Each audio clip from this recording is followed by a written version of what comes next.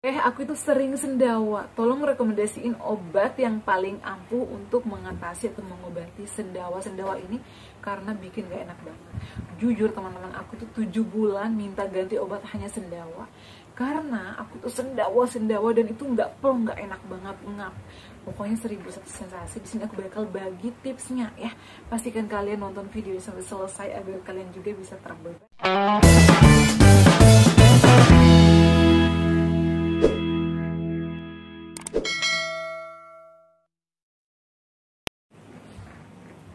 Assalamualaikum warahmatullahi wabarakatuh. Halo semuanya, kembali lagi di channel aku, Adeva dan Bunda. Gimana kabarnya semuanya? Semoga semuanya sehat selalu ya. Senang sekali dan tentunya sangat semangat aku kembali menyapa kalian. Tentunya akan menjawab beberapa pertanyaan kalian dan juga memberikan beberapa tips ya, sesuai dengan pengalaman pribadi aku. Jadi aku itu bukan dokter ya teman-teman ya. Aku juga pejuang asam lambung yang alhamdulillah saat ini udah normal lagi, udah bisa beraktivitas lagi seperti sedia kala. Aku selalu berdoa dan berharap kalian yang sering nonton video-video aku juga lekas pulih ya, lekas sembuh seperti sedia kala dan bisa beraktivitas normal lagi ya.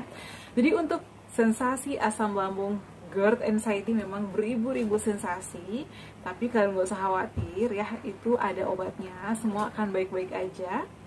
Jadi memang sangat mengganggu aktivitas ya, tapi kalau misalnya kita udah ikhtiar, terapkan 3P-nya, pola makan, pola pikir, pola hidup sehat ya, istirahat yang cukup dan juga tentunya menerapkan olahraga ringan secara teratur, pasti bisa sembuh kembali seperti sedia kala ya.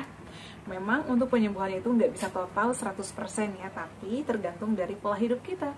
Jadi kita harus ciptakan pola hidup sehat ya. Intinya harus disiplin dalam segala hal ya. Dari pola makannya, pola pikirnya, pola hidupnya, dan juga tentunya harus menerapkan olahraga ringan secara teratur ya. Teman-teman, kemarin ada yang minta wawancara sama Mas Ginanjar ya. Semoga masih tetap semangat ya nonton video-video aku dan menantikan wawancara aku dengan Mas Ginanjar. Jadi minggu kemarin itu Mas Ginanjar sedang ada dinas keluar ya, karena Jakarta kan menghadapi musim penghujan. Dan bagian Mas Ginanjar itu yang akan menjelaskan ya terjadinya penghujan. Jadi itu sibuk ya di luar kantor, makanya kita nggak sempat ketemu.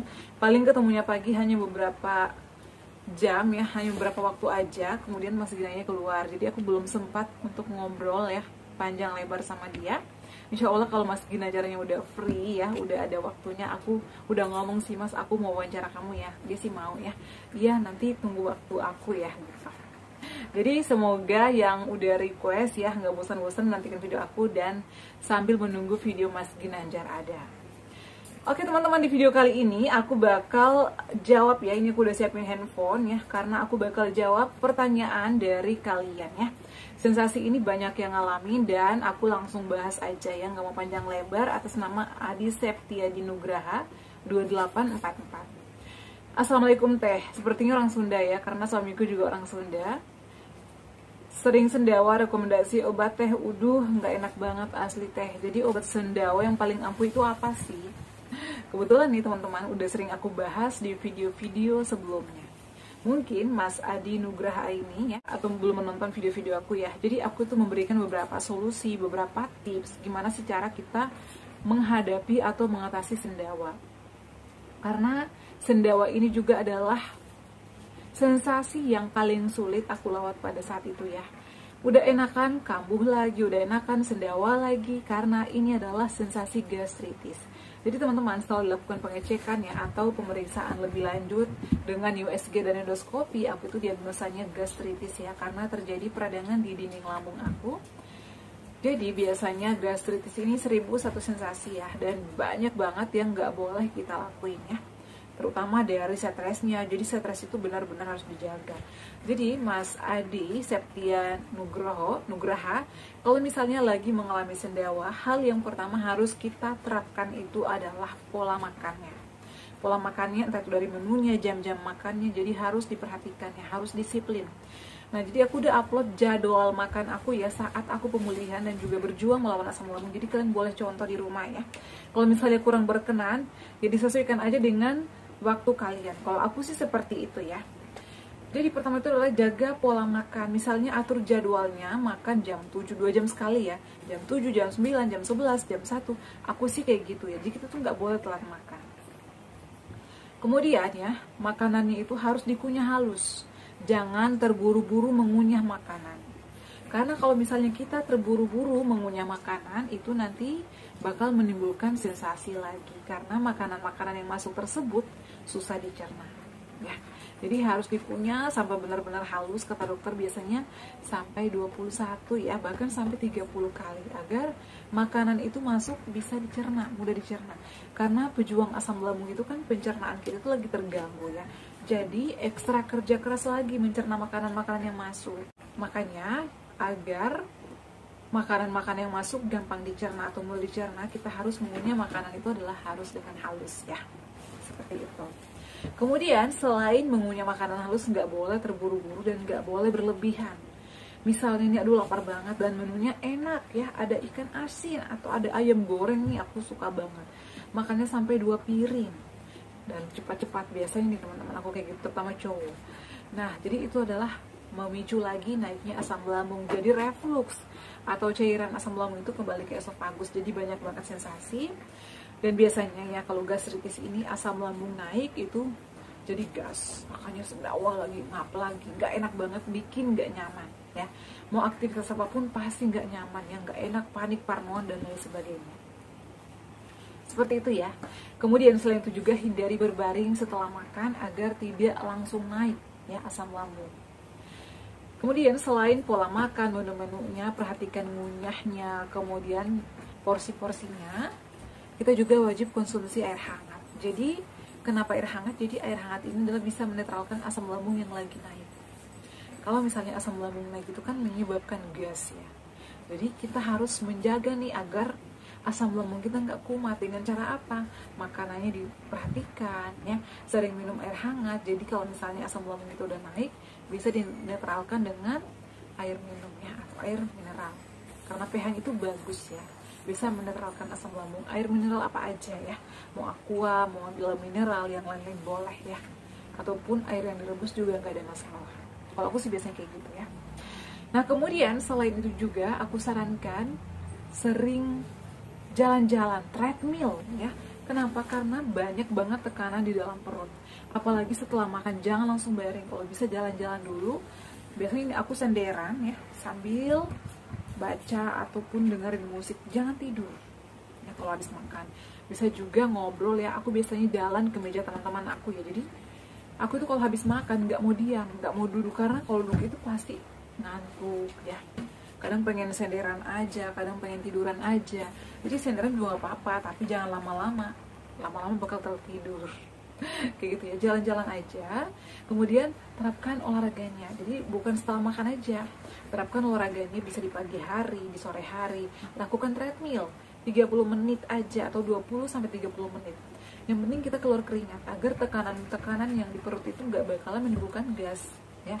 Biasanya juga ngap ya, sendawanya itu susah. Sendawa itu keluarin nggak plong, meskipun sendawanya sering tapi kayak nggak enak gitu ya. Dan juga ngap. Aku juga dulu sering ngalamin itu ya. Nah kemudian selain itu juga harus kelola stres. Ini yang paling utama ya. Karena pencernaan dengan lambung ya dan juga pikiran itu sangat berhubungan erat. Jadi kita nggak boleh stres, nggak boleh panik ya.